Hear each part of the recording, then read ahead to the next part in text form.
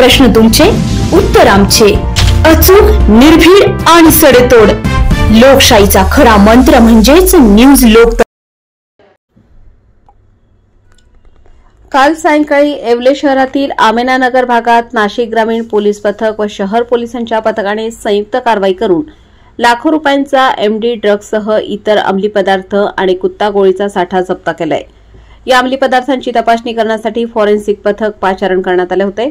शहरातील आमेनानगर भागात भरवस्तीतील एका पत्र्याच्या शेडमध्ये हा अवैध व्यवसाय चोरी छुप्या पद्धतीने सुरू असल्याची माहिती नाशिक ग्रामीण पोलीस पथकाला मिळाली होती. नाशिक ग्रामीणचे अपर पोलीस अधीक्षक आदित्य मिरखेलकर यांच्या पथकातील नौशाद शेख, अंकिता बाविस्कर, तुषार कापटनीस, शुभम गुरव तसेच येवला शहर पोलीस निरीक्षक अनिल भवारी, उपनिरीक्षक उमेश लोखंडे, गणेश सांगळे यांनी ही कारवाई केली आहे. या प्रकरणातील संशयित आरोपी फरार झाला असून आता पोलीस आरोपीचा कसून शोध घेत आहेत. एमडी ड्रग, इतर अंमली पदार्थ व कुत्ता गोळी यांची बाजारात लाखो रुपये किंमत असल्याचे बोलले जाते.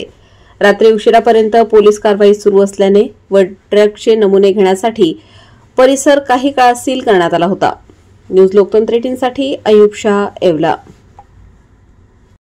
बरोबर आहे. काल येवला शहरामध्ये नाशिक ग्रामीण एसपी साहेब, ॲडिशनल एसपी साहेब यांच्या मार्गदर्शनानुसार आणि येवला शहर पोलीस स्टेशन यांनी कंबाईनली एक रेड केलेली आहे.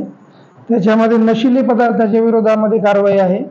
त्याच्यात 3-4 प्रकारचे वेगवेगळे सबस्टन्स मिळालेले. एक एमडी सारखा असलेला पांढरी पावडर जी असते ती, त्याच्यानंतर ब्राऊन शुगर, त्याच्यानंतर एक सिरप असतं ज्याच्याने नशा येते ते, आणि एक कुत्ता गोळी म्हणतात मालेगावच्या भाषेमध्ये.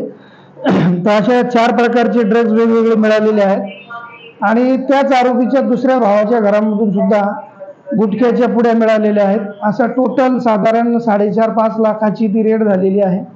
याच्यामध्ये फॉरेन्सिकची जी टीम असते, ती व्हॅन वगैरे असते, त्यांनी घटनास्थळी येऊन ती पूर्णपणे कारवाई केलेली आहे. आणि याच्यामध्ये जे आरोपी फरार आहे त्यांचं शोधकार्य पूर्ण रात्रभर चालू होतं. पुढे सुद्धा ते काम चालूच राहील. आणि याच्यामध्ये जे जे कोणी आरोपी सामील असतील त्या सर्व आरोपींच्या विरोधामध्ये कठोर कारवाई करण्यात येईल.